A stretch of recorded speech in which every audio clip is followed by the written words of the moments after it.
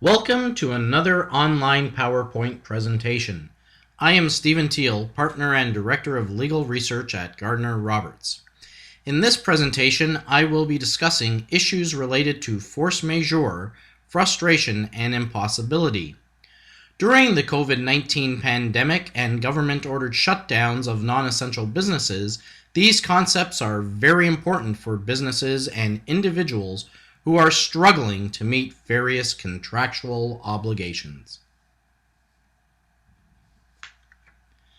The concepts of force majeure, frustration, and impossibility all apply in situations where contracts cannot be performed. In general, contracting parties are required to perform their agreed-upon obligations. A party that does not perform his or her obligations will be in breach of contract. These concepts, however, are used to avoid what would otherwise be a breach of contract by, in essence, contending that an intervening event prevents a contract from being performed. To understand how each of these legal concepts works, it is important to first understand that they are distinct from one another. An important distinction is that force majeure is not a common law doctrine, but rather is a creature of contract. Thus, if a contract does not contain a force majeure provision, the court will not impose one for the parties.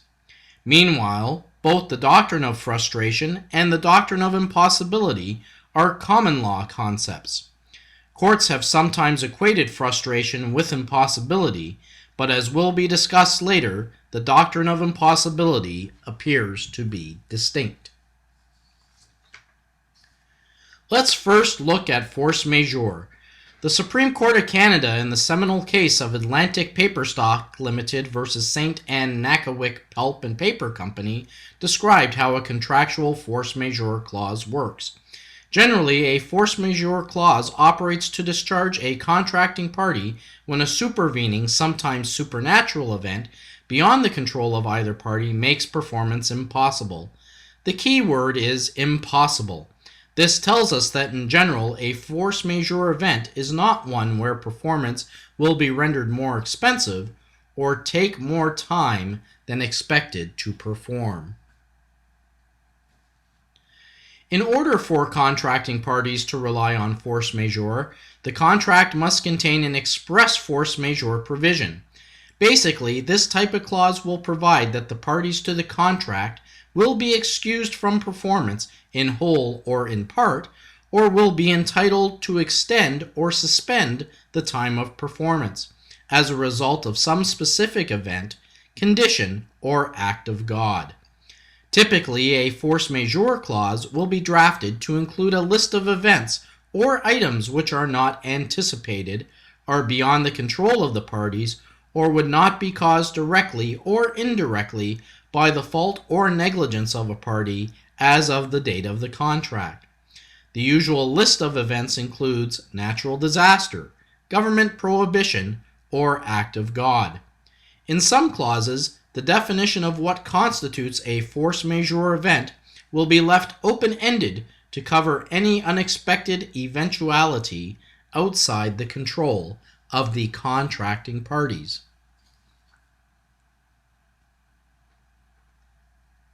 However, unless the force majeure clause is very well drafted, it may not cover an event such as the COVID-19 pandemic. This kind of public health issue must be specifically included in a force majeure clause.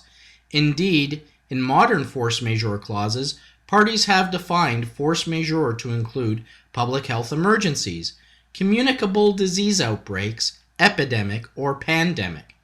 Each force majeure clause must be carefully reviewed to assess whether its language is sufficient enough to cover the COVID-19 pandemic. Although an event may be covered by a force majeure clause, when analyzing such a clause in relation to a specific contract, the elements of causation and mitigation should not be forgotten. The party relying on force majeure will be required to show that the force majeure event was in fact to blame for the party's inability to perform the contract. The duty to mitigate will also need to be considered, not necessarily from a damages perspective, but from the perspective of whether anything could have been done to mitigate the effects of the force majeure event. Mitigation must typically be considered, since force majeure clauses may expressly include such a duty. The common law doctrine of frustration applies to contracts where the parties have not included a force majeure provision. Where parties have included a force majeure provision in their contract, the common law doctrine of frustration will not necessarily apply, particularly where the contractual provision and the common law doctrine overlap.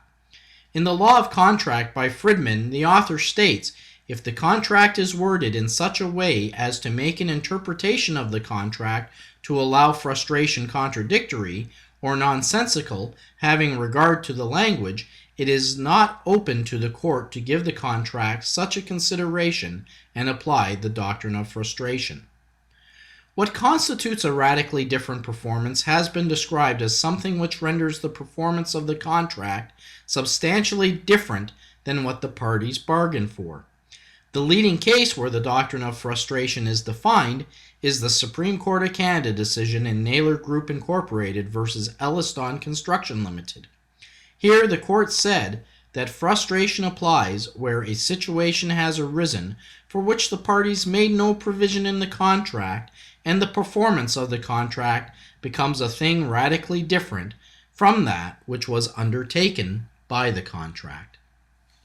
More specifically, the courts have described that the doctrine of frustration will apply where an unforeseen or unexpected change in circumstances brought about without the fault of either party or for which the contract does not make sufficient provision, 1. Makes further performance impossible. 2. Where performance is still possible, the purpose for which one or both parties entered into the contract has been undermined. Or 3. Where there is a temporary impossibility to perform the contract. This third ground is generally applied in the maritime law context, where a delay has occurred because of, for example, wartime conditions.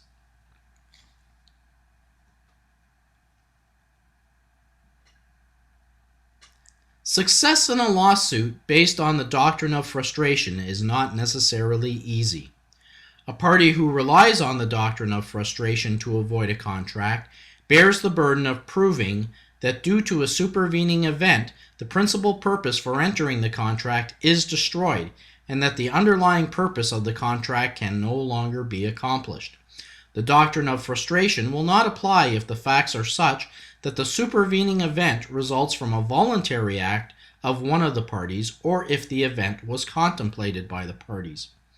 While the cancellation of a sports event or a theatrical show will arguably constitute frustration, the inability of a purchaser to now close a residential real estate transaction because the buyer has lost his or her income may not be sufficient to get the buyer out of the transaction without losing his or her deposit, or without damages if the vendor ends up selling his or her property for less to another buyer. However, there is another doctrine that may apply to contracts that are impacted by the COVID-19 pandemic. This is the doctrine of impossibility. Although most courts speak about impossibility in the context of the doctrine of frustration, the doctrine of impossibility has seemingly different elements. The doctrine of impossibility will discharge a party to a contract where, without fault, there is 1. The requirement of personal performance of the promisor, but the promisor dies or becomes incapacitated. 2. The requirement of a thing continuing to be in existence, but that thing becomes perishable or becomes unavailable. Or 3. The requirement to be able to perform the contract is prevented or is prohibited by the operation of law.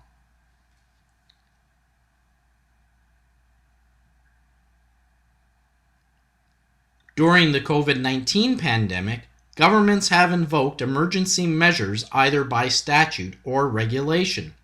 People have lost their income because of these emergency measures. Contracts cannot be performed because of these emergency measures. Accordingly, it will be interesting to see if the courts are willing to recognize the doctrine of impossibility as being separate and distinct from the doctrine of frustration, and to use it to grant parties relief from the performance of contractual obligations or potentially other obligations. Thanks for watching this presentation. I am thankful for the assistance provided by Nicholas Argyros, an associate at Gardiner Roberts, and Olivia Rashecki, a student at law at the firm. This presentation is not intended to be legal advice and does not necessarily represent the views of Gardiner Roberts. You should always consult a lawyer when seeking legal advice.